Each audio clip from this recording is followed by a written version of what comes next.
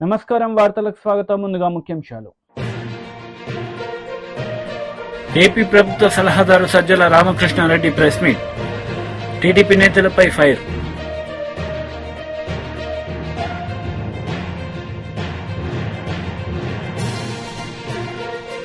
TDP politburo సభ్యులు Varla Ramaiah press meet. CM Jagan పై fire.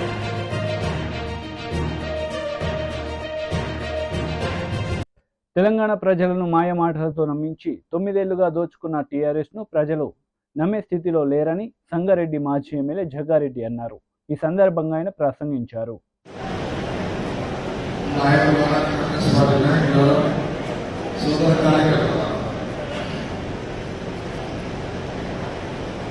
ఇప్పుడు వాళ్ళకి ఎవరు తింటా రెండే విషయాలు చెప్తాం. అందరికీ ముందు కూడా పడిపోయింది శ్రీరామనవమి వేడుకల్లో. ఒక విషయాన్ని మీకు స్పష్టంగా తెలియజేస్తున్నా. పెద్దల హనుమంతరావు గారు అనేక విషయాలు చెప్పేసారు. ఆ విషయాల్లో పోకుండా ఇక్కడ ఉన్న నాయకులకు కార్యకర్తలు తెలియజేయడం ఏంటంటే, ఈ పరీక్ష నియోజకవర్గం గురించి సరే మధురు ఎంత అనుకున్నాడా, అలాగే శ్రీనివాసరావు ఎంత అనుకున్నాడా, లేకపోతే బిఆర్ఎస్ మీద ఎంత పోలేదు చేసి పోలేదు 2 లక్షలు మళ్ళీ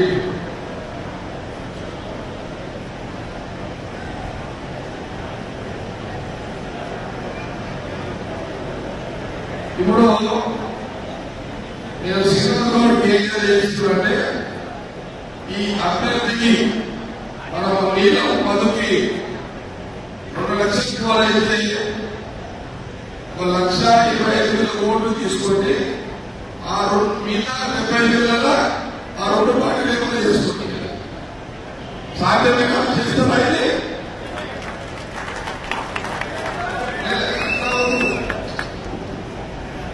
చేయగలుగుతారా? పరీక్షల నాయకులకు, కాంగ్రెస్ నాయకులకు, కార్యకర్తలకు తప్పుగా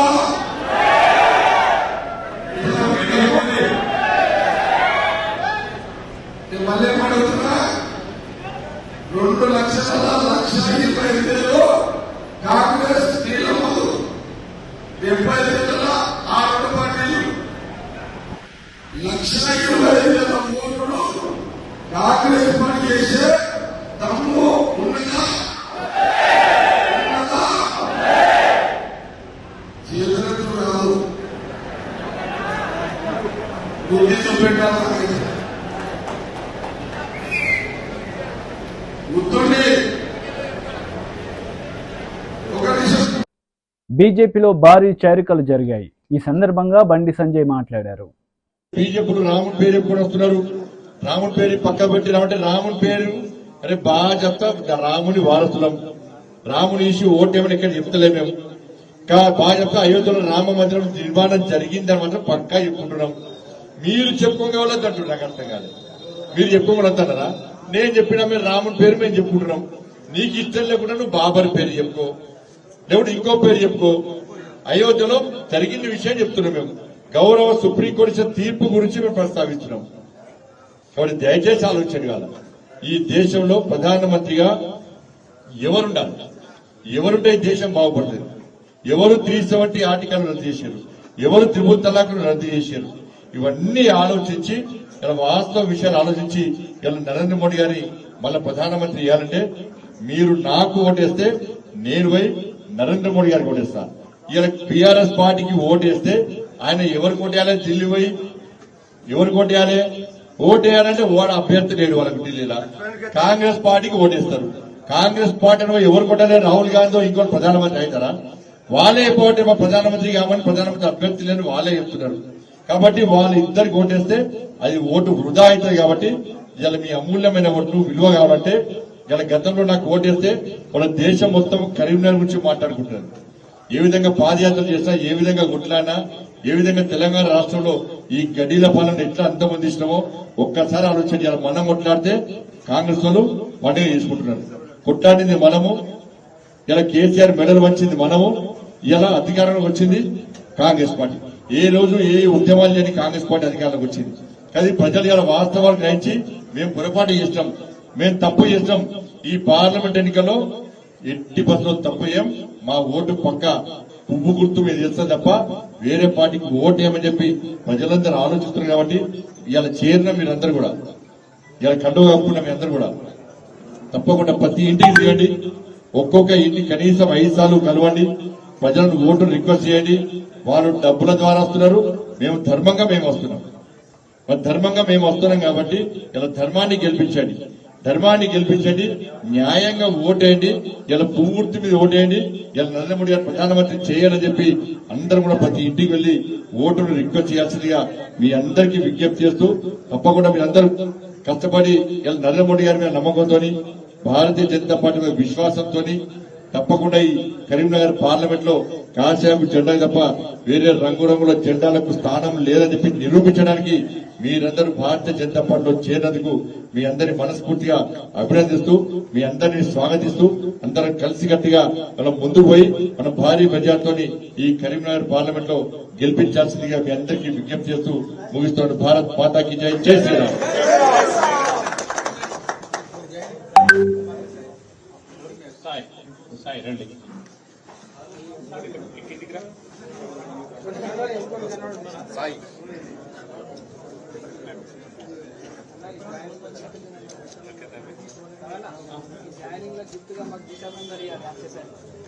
సరే తప్పకుండా తమ్మి. ఇప్పుడు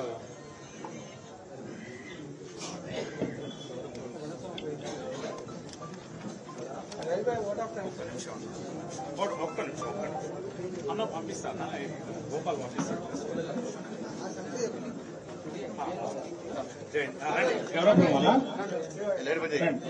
ఒక్క లైట్ అండి. ఇంకెవరు వస్తున్నారు? గంగాధర్ తొందరగా పంపించావా వారిని? టీడీపీ నేత వరుణ్ మీడియా సమావేశం నిర్వహించారు. ఈ సందర్భంగా సీఎం జగన్పై మండిపడ్డారు. ఇవాళ ఆంధ్రప్రదేశ్లో సార్వత్రిక ఎన్నికలకు నామినేషన్ పర్వం మొదలైన దృష్ట్యా కొంతమంది అభ్యర్థులు నామినేషన్ చేశారు. వాళ్ళందరూ కూడా శుభాకాంక్షలు. కానీ ఒక ప్రత్యేకమైన నామినేషను ఒక వ్యక్తి గురించి మాట్లాడాలి. వైఎస్ఆర్సీపీ పార్టీ తరఫున చిత్తూరు అభ్యర్థిగా ఒక రెడ్ శాండిల్ స్మగ్లర్, దాదాపు 15 కేసుల్లో రెడ్ శాండిల్కి అక్రమ రవాణా కేసులు ఉన్నటువంటి విజయానంద రెడ్డి అనే వ్యక్తి చిత్తూరు పార్టీ అభ్యర్థిగా నామినేషన్ వేశారు. ఈయన కొన్నాళ్ల క్రితం అక్రమంగా సంపాదించినటువంటి రెడ్ శాండిల్ డబ్బులతో రాజకీయ నాయకుడిని ముసుగేసుకొని ఇప్పుడు ప్రజాప్రతినిధి అవతారం ఎత్తుదామని చెప్పి చిత్తూరు ఎన్నికల్లో పోటీ చేస్తా ఉన్నాడు. ఇవాళ ఆయన మీదున్న కేసుల లిస్టు ఒకసారి పరిశీలిస్తే పీలేరులో section 379, 353 IPC illegal transport of red sandal, ఇదే కేసులు 15 ఉన్నాయి ఆయన మీద. పీలేరులో, గంగాధర్ నెల్లూరులో, కేబీపల్లి పోలీస్ స్టేషన్లో, కేబీపల్లిలో ఇంకో పోలీస్ స్టేషన్లో కేసు, అదే మాదిరిగా 2 టౌన్ పోలీస్ స్టేషన్ చిత్తూరులో, గుడిపాలలో, మళ్ళా చిత్తూరులో, మళ్ళా ఎస్ఆర్పురంలో, మళ్ళీ 1 టౌన్లో, మళ్ళా బంగారుపాళ్యంలో, ఇంకోటి బంగారుపాళ్యంలో, ఇంకోటి 2 టౌన్లో, ఇంకోటి పెనుమూరులో, ఇంకోటి సిఐడి కేసు అక్రమ మద్యం రవాణా case, supply of spurious liquor during election అప్పుడు అక్రమ మద్యం రవాణా చేసిన చరిత్ర. విజయానంద రెడ్డి అనే వ్యక్తి మీద ఇల్లీగల్ కేసుల సంఖ్య దాదాపు 15. ఇల్లీగల్గా రెడ్ శాండిల్ స్మగ్లింగ్ చేసినటువంటి కేసులు 15. ఎలక్షన్ అప్పుడు అక్రమ మద్యం, కల్తీ మద్యం రవాణా చేసినట్టు ఇంకో కేసు. మద్యం రవాణా చేయడమే ఒక కేసు, అందులో మళ్ళీ కల్తీ మద్యం రవాణా.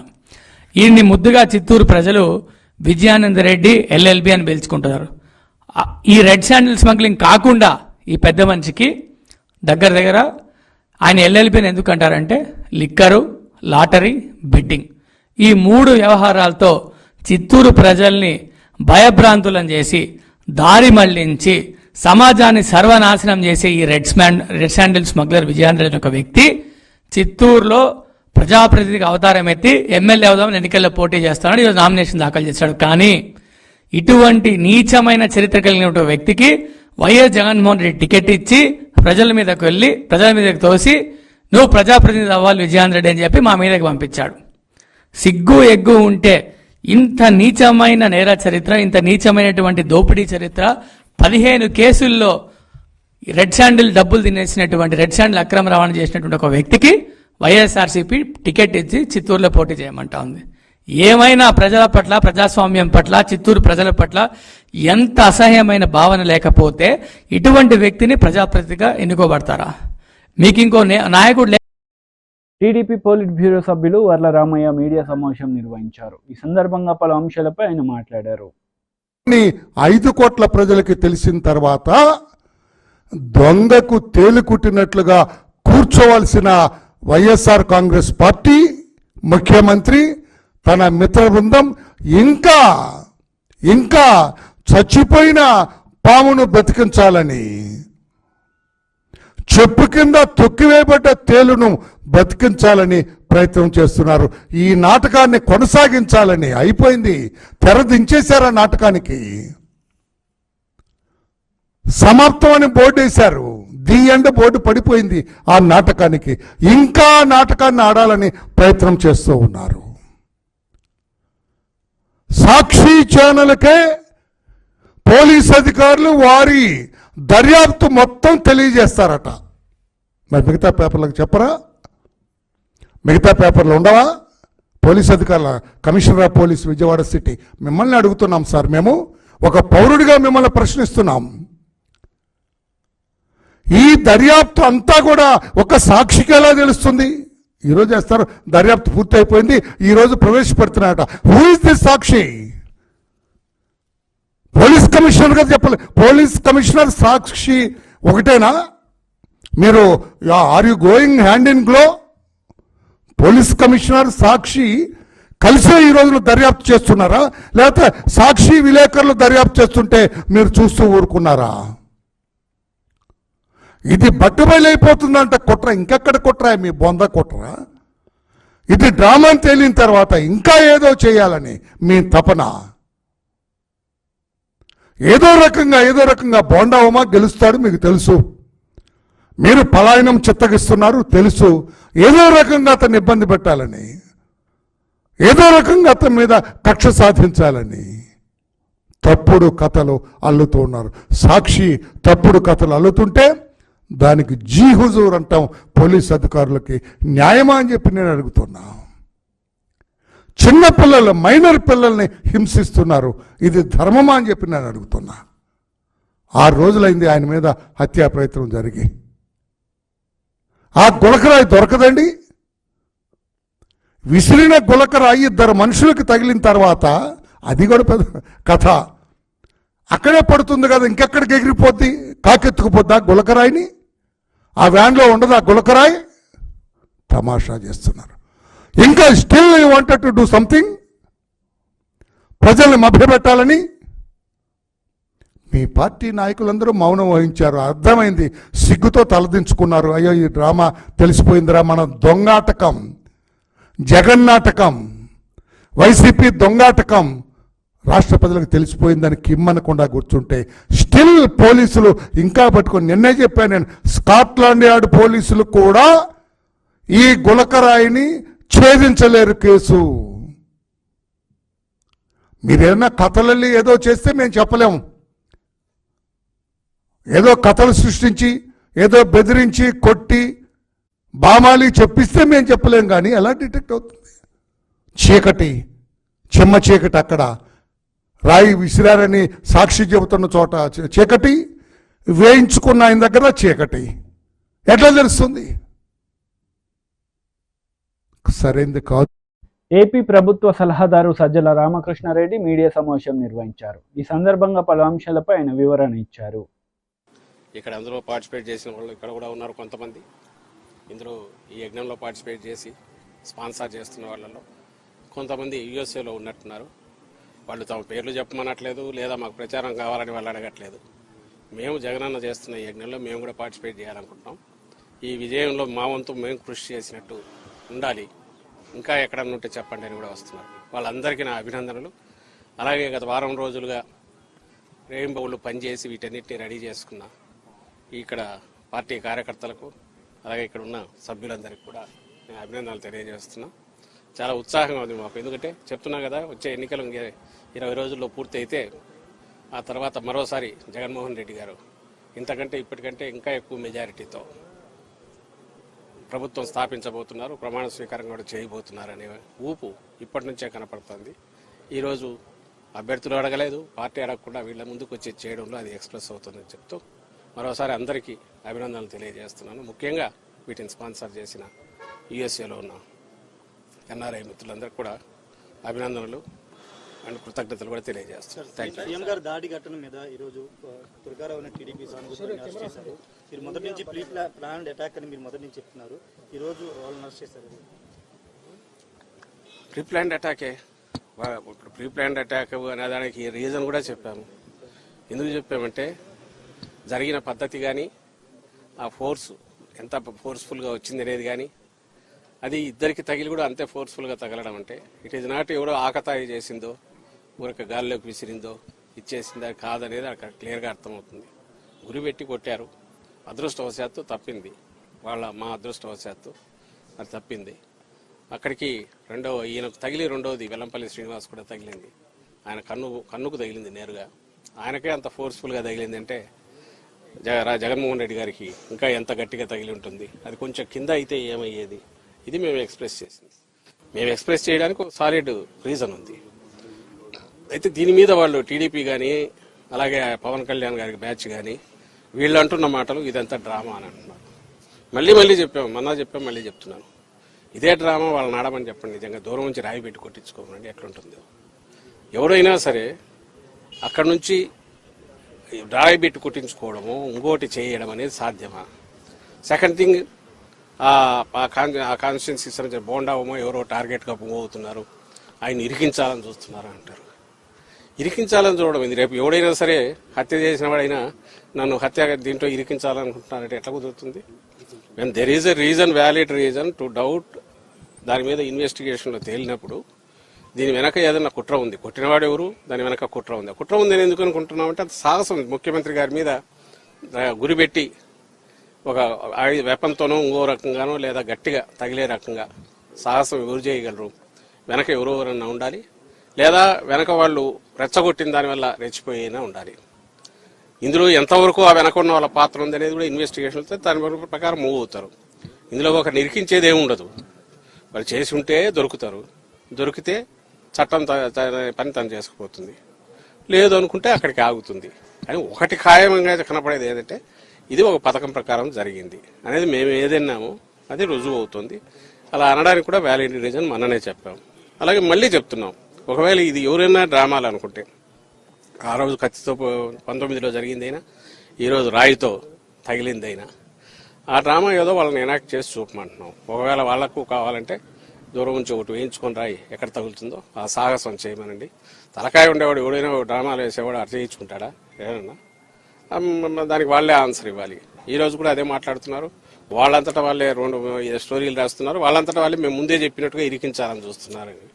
అది అతను రోల్ ఉంటుంది కాబట్టి దాంట్లో బయటకు వస్తుంది. రోల్ ఎందుకు ఉంటుందంటే వాళ్ళు పవర్ఫుల్, వాళ్ళ ప్రాపకం లేని కింద ఇంకోడెవడో ఆ పని చేయలేడు కాబట్టి. సో మా స్టాండ్ అదే ఉంది, అదే రుజువు అవుతుంది ఈరోజు. అది బోండా ఉమా, లేదంటే ఆయన కంటే పై వాళ్ళు ఉన్నారా, లేదంటే ఆయన కింద వాళ్ళు ఆయన ఆశీస్సులతో చేయించారా, ఎవరు ఉందనేది ఇన్వెస్టిగేషన్లో తేలాలి. మేము చెప్పగలిగింది ఆ incident pre planned, pre meditated attack అనడానికి కావాల్సిన ఆధారాలు ఉన్నాయి. అది ప్రీ ప్లాన్డా ప్రీ మెడిటేటెడ్ అనే ఆధారాలు ఉన్నప్పుడు దానికి తగిన మోటివ్ ఎవరుకుంటుంది అనుకున్నప్పుడు పలానా వాళ్ళు ఉండొచ్చు అని భావించినాము. వాళ్ళు కాక ఇంకోరెవరో ఉండొచ్చా, అంతకంటే చంద్రబాబు నాయుడు కంటే ఇంకా పైన ఎవరైనా ఉన్నారా, లేదంటే చంద్రబాబు నాయుడు కంటే కింద వాళ్ళు అనుకున్నారా, ఇవన్నీ ఇన్వెస్టిగేషన్లో తేరాల్సినవి. మేము జరిగింది దాడి, అది హత్యాయత్నం. దానికి సంబంధించి ఎవరు బాధ్యులో వాళ్ళు పట్టుకునే ప్రయత్నం చేస్తే బాగుంటుందని complaint. Minister Jogi Ramesh press meet నిర్వహించారు. ఈ సందర్భంగా పలు అంశాలపై ఆయన మాట్లాడారు. ఇంత మంచి పేరు వచ్చింది? జగన్మోహన్ రెడ్డి గారి వైపు ఎందుకు చూస్తా ఉన్నారు? ఆంధ్రప్రదేశ్ రాష్ట్రం వైపు ఈ పథకాలు మాకు కావాలి, ప్రజా సంక్షేమం మాకు కావాలని చెప్పేసి మిగిలిన రాష్ట్రాల ముఖ్యమంత్రులందరూ కూడా ఎందుకు ఉవ్విళ్ళూరుతా ఉన్నారు జగనన్నలాగా పరిపాలన చేయాలని? చంద్రబాబు నాయుడు నీ 14 సంవత్సరాల నీ పరిపాలనలో ఒక్క పథకం చెప్పు. దిక్కుమాలిన చంద్రబాబు నాయుడు రేపు దిక్కులేని వాడైపోబోతా ఉన్నాడు. రేపు ఎన్నికల్లో మే 13వ తారీఖు ఎన్నికల తేదీ ఎప్పుడు వస్తుందా? పోలింగ్ స్టేషన్ ఎప్పుడు తీస్తారా? అందరూ కూడా వెళ్ళి జగనన్నకి ఓటు వేయాలా, ఫ్యాను గుర్తుకు ఓటు వేయాలని చెప్పేసి ఉర్రూతలుగుతా ఉన్నారు. ఈ పరిస్థితుల్లో తిట్టటమే పనిగా పెట్టుకొని హెలికాప్టర్ అంట, ఆయన దిగటం అంట, ఈయన రావటం అంట, ఇద్దరు కలిసి వెళ్ళటం అంట, తిట్టడం. నమ్మరుగాక నమ్మరు మిమ్మల్ని. ఇద్దరు మోసగాళ్లు. ఈ ఇద్దరు మోసగాళ్లకు తోడు మళ్ళీ ఢిల్లీ పోయారు. ఢిల్లీలో మళ్ళీ బీజేపీతో కలిశారు. కొత్త ఉంది మీకు. 2014లో మీరు కాదా? మీ ముగ్గురేగా పోటీ చేసింది. మీ ముగ్గురు పోటీ చేశారు, మీ ముగ్గురు కలిసి ఉన్నారు, మీ ముగ్గురు గెలిచారు, ఇద్దరు కలిసి ప్రభుత్వాన్ని ఏర్పాటు చేసుకున్నారు. అక్కడ మీరు, ఇక్కడ మీరు, ఢిల్లీలో మీరు, ఆంధ్రప్రదేశ్ ప్రభుత్వాలు ఏర్పాటు చేసుకున్న తర్వాత ముగ్గురు కూడా తిట్టుకొని 3 ముక్కలైన తర్వాత మరలా తిట్టుకోవడం కూడా మామూలుగా తిట్టుకోవాలి, అమ్మ నా బూతులు తిట్టుకున్నారు మీరు. పవన్ కళ్యాణ్ ఏం తిట్టారు? చంద్రబాబు నాయుడు గారిని అందరూ ఈడు పెద్ద పుడింగాడా, ఈడి వల్ల మేము గెలిచామా, ఈడు మొహం చూసి మాకు ఓటేశారా అని చెప్పేసి పవన్ కళ్యాణ్ని బండబూతులు తిట్టారే, వాళ్ళ కుటుంబం మొత్తాన్ని తిట్టారే, వాళ్ళ అమ్మని తిట్టారే. ఈ చంద్రబాబు నాయుడు మోడీ గారిని, మోడీ కుటుంబ సభ్యులను మొత్తాన్ని తిట్టారు బండబూతులు. మళ్ళీ ఏ మొహం పెట్టుకుని కలుగుతారు మీరు? సిగ్గు శరం ఉందా? విలువలు ఉన్నాయా? విశ్వసనీయత ఉందా మీకు? మార్చిపారేస్తారు మీరు. మీకు అలవాటైపోయింది. మీకు మారుస్తారు. పవన్ కళ్యాణ్కి అయితే అన్ని మారుస్తాడు. అతనికి అలవాటైపోయింది ఇది. దుర్మార్గులారా, మీరు ఇష్టం వచ్చినట్టు అది బంగాళాఖాతం ఏంది గెలిపేది? మీ బొందా. రేపు రిజల్ట్స్ తర్వాత మిమ్మల్ని ఎక్కడ గెలుపుతారు చూడండి జనం. అసలు రిజల్ట్స్ తర్వాత తెలుగుదేశం పార్టీ ఉండదు, చంద్రబాబు నాయుడు ఉండదు, అడ్రస్ గల్లంతే. ఈ పవన్ కళ్యాణ్ ఉండదు, జనసేన పార్టీ ఉండదు. మొత్తం కూడా సాపాదిని చదువుకొని హైదరాబాద్ దుకాణం, కేర్ ఆఫ్ హైదరాబాద్. ఈ 2 పార్టీల అడ్రస్ గల్లందు కాబోతా ఉన్నాయి. ఈ ఇద్దరు లీడర్లు కూడా, కుప్పంలో చంద్రబాబు నాయుడు, పిఠాపురంలో పవన్ కళ్యాణ్, ఇద్దరు కూడా అక్కడేమో సైకిల్ కూలిపోతుంది, ఇక్కడేమో గ్లాస్ పగిలిపోబోతుంది. ఈరోజు ఒకటే చెప్తా ఉన్నాం, మనసు పెట్టాడు, ప్రజల మనసులు గెలుచుకున్నాడు. 3648 కిలోమీటర్ల సుదీర్ఘ పాదయాత్ర. ఆ పాదయాత్రలో ప్రజల సంకల్పం, ఆ సంకల్పమే మేనిఫెస్టో, ఆ మేనిఫెస్టోనే ప్రజల గడపకు చేరింది. ప్రజల గడపకు చేరింది. ప్రజల గడపకు చేరింది కాబట్టి ప్రతి గుండెలో జగన్ అన్న ఉన్నాడు కాబట్టి ఈరోజు జనం మొత్తం జగనన్న జగనన్న జగనన్న. ఫ్యాను గుర్తు, ఫ్యాను గుర్తు, ఫ్యాను గుర్తు. చంద్రబాబు నాయుడు పతనం అయిపోబోతా ఉన్నాడు. నేను ఒకటే చెప్తా ఉన్నాను, తెలుగుదేశం పార్టీలో ఉన్న నాయకులకు చెప్తా ఉన్నా, తెలుగుదేశం పార్టీ కేడర్ కూడా చెప్తా ఉన్నా, చంద్రబాబు నాయుడిని నమ్ముకుంటే నట్టేట మునిగిపోతారు. ఇప్పటికైనా చాలా మంది తెలుసుకొని మా వైపు వచ్చేసారు. మొత్తం ఇటు పక్కన జనసేన ఖాళీ అయిపోయింది, ఇటు పక్కన తెలుగుదేశం ఖాళీ అయిపోతుంది. మిగిలిన వాళ్ళకి కూడా చెప్తా ఉన్నా, జగన్ అన్న వెంట నడవండి. ఎన్నికల ప్రచారంలో భాగంగా మాజీ మంత్రి హరీష్ రావు పాల్గొన్నారు. ఈ సందర్భంగా బీజేపీకి ఓటు వేయొద్దంటూ ఆయన వేడుకున్నారు. 10,000 ఇచ్చినాకనే అక్క జిల్లాలో ఓట్లు అడగాలి. ముసలిళ్ళకి 8,000 బాకీ పెట్టావు, గాలి ఇచ్చినాకనే కాంగ్రెస్ ఓటు ఓటు అడగాలి. మా రైతులకు 2 లక్షల మాఫీ చేస్తా ఉన్నావు, గాలి చేసినాకనే మాట్లాడమని అడగాలన్నా వద్దా? మనం దయచేసి ఆలోచన చేయండి. ఎన్ని మాటలు. అక్క జిల్లాలకు కేసీఆర్ ఉండగా ఆడవిల పెళ్లి పెట్టుకుంటే ₹1,00,000 ఇచ్చిండు, కళ్యాణ లక్ష్మి ఇచ్చిండు. అది చూసిండు రేవంత్ రెడ్డి. అందరూ అటే ఉందని అనుకున్నాడు. ఏమన్నా గాని ఓడదాటదాకా ఓడమల్లప్ప, ఓడదాటినాక బోడమల్లప్ప అనుకున్నాడు. నేను తులం బంగారం ఇస్తాను, నేను తులం బంగారం ఇస్తాను. నాకు తెలిసి మొన్న మంచి రోజు వచ్చినాయి లగ్గాలు, ఫుల్ అయినాయి. మార్చి ఏప్రిల్ రోజు అవుతున్నాయి లగ్గాలు. ఈ తెలంగాణలో ఈ 2 నెలల 1,00,000 లగ్గాలైంది. అంటే ఈ రేవంత్ రెడ్డి గవర్నమెంట్ అక్క చెల్లెలకు 1,00,000 తులాల బంగారం బాకీ పడ్డది. పడ్డదా పర్లేదా? అదేందో ఏమో ఈ కాంగ్రెస్ వాళ్ళు వచ్చినాక. వీడు రాకముందు 50,000 తులం ఉండే. ఈ కాంగ్రెస్ వచ్చిన 4 నెలల్లో 75,000 రూపాయలకు తులమైంది. కొండెక్కింది బంగారం ధర. 25,000 ధర పెరిగింది. ఈ కాంగ్రెస్ వచ్చినాక సిమెంట్ బస్తా 65 రూపాయలు పెరిగింది. సలాక పెరిగింది, కంకర పెరిగింది, ఇసుక పెరిగింది, నిత్యావసర వస్తువుల ధరలు పెరిగినాయి, ఉప్పు పెరిగింది, పప్పు పెరిగింది, బంగారం కూడా పెంచింది. ధరలు పెంచింది తప్ప రేవంత్ రెడ్డి ఇచ్చిందా బంగారం అయితే లేదు. ఉన్నదా? వచ్చిందా తులం బంగారం? 6,000 స్కూటీలు ఇస్తాడు, పిల్లలకు ఉద్యోగాలు ఇస్తాడు, అన్ని అబద్దాలు చెప్పిండు. అందుకే నేను మీ అందరినీ కోరేది ఒకటే, ప్రశ్నించే గొంతును గెలిపియండి. రేపు అసెంబ్లీలో కాంగ్రెస్ వాళ్ళ మెడలు వచ్చి మీ అందరికీ రావాల్సిన బరాబర్ ఇప్పించే ప్రయత్నం చేస్తాం. వినోదన్న ప్రజల మనిషి. ఇటొక బండి సంజయ్ గారు ఉన్నాడు. కొంతమంది ఏమో పబ్లిసిటీ మనుషులు ఉంటారు, కొంతమంది ఏమో పని చేసే మనుషులు ఉంటారు. మీకు పబ్లిసిటీ చేసుకోవాలి కావాలన్నా, పని చేసుకోవాలి కావాలన్నా? వినోదన్న ఏం చేసిండో ఇలా కరీంనగర్ లో ఎవరిని అడిగినా చెప్తారు. ఆయన ఎంపీగా ఉంటే ఢిల్లీ నుంచి 1,000 కోట్ల రూపాయలు కరీంనగర్ స్మార్ట్ సిటీకి తెచ్చిండు మన వినోదన్న. రైలు తెచ్చిండు వినోదన్న, జాతీయ రహదారులు తెచ్చిండు వినోదన్న. అందువల్ల ప్రజల మనిషి వినోదన్నను మనం గెలిపించుకోవాల్సిన అవసరం ఉంది. ఈ చీప్ టాక్టిక్స్ చేస్తుంది పబ్లిసిటీ కోసం పిచ్చి పిచ్చిగా మాట్లాడేటోళ్ళని గెలిపిస్తే మనం ఆగమైపోతాం. బండి సంజయ్ గెలిచి 5 ఏళ్ల బెచ్చంకిలో నయా పైసా పని అయిందా చెల్లె? తమ్ముడు, 1 రూపాయి పని అయిందా అని అడుగుతున్నా. ఉత్తరే మాటలు కావాలన్నా, చేతలు కావాలన్నా? ఇవాళ వినోదన్న ఒక విజన్ ఉన్న మనిషి. విజన్ ఉన్న వినోదన్న మళ్లీ కరీంనగర్ కు ఎంపీ కావాల్సినటువంటి అవసరం ఉంది. దయచేసి ఆలోచించండి. ఇవాళ కాంగ్రెస్ చాలా విషయాలు చెప్పింది, మీకు ఇలా అన్ని అర్థమైనాయి. నేను వట్టి అనలే. ఇలా నన్ను ప్రజలే చెప్తున్నారు, అన్నా ఇక పొరపాటు అయింది, ఇలా ఊర్లలో వద్దురో నాయన ఈ కాంగ్రెస్ పాలన అని ప్రజలే అనుకుంటున్నారు. ప్రజల్లో ఇలా కరెంటు బాధలు, మంచినీళ్ల బాధలు, పంటలు ఎండిపోతున్నాయి, వడ్లు కొనే దిక్కు లేదు. వార్తలు ముగించే ముందు ముఖ్యాంశాలు మరోసారి. ఏపీ ప్రభుత్వ సలహాదారు Sajjala Ramakrishnareddy press meet. TDP నేతలపై ఫైర్.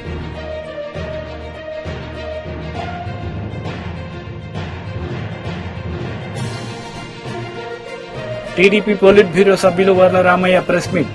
సీఎం జగన్ పై ఫైర్.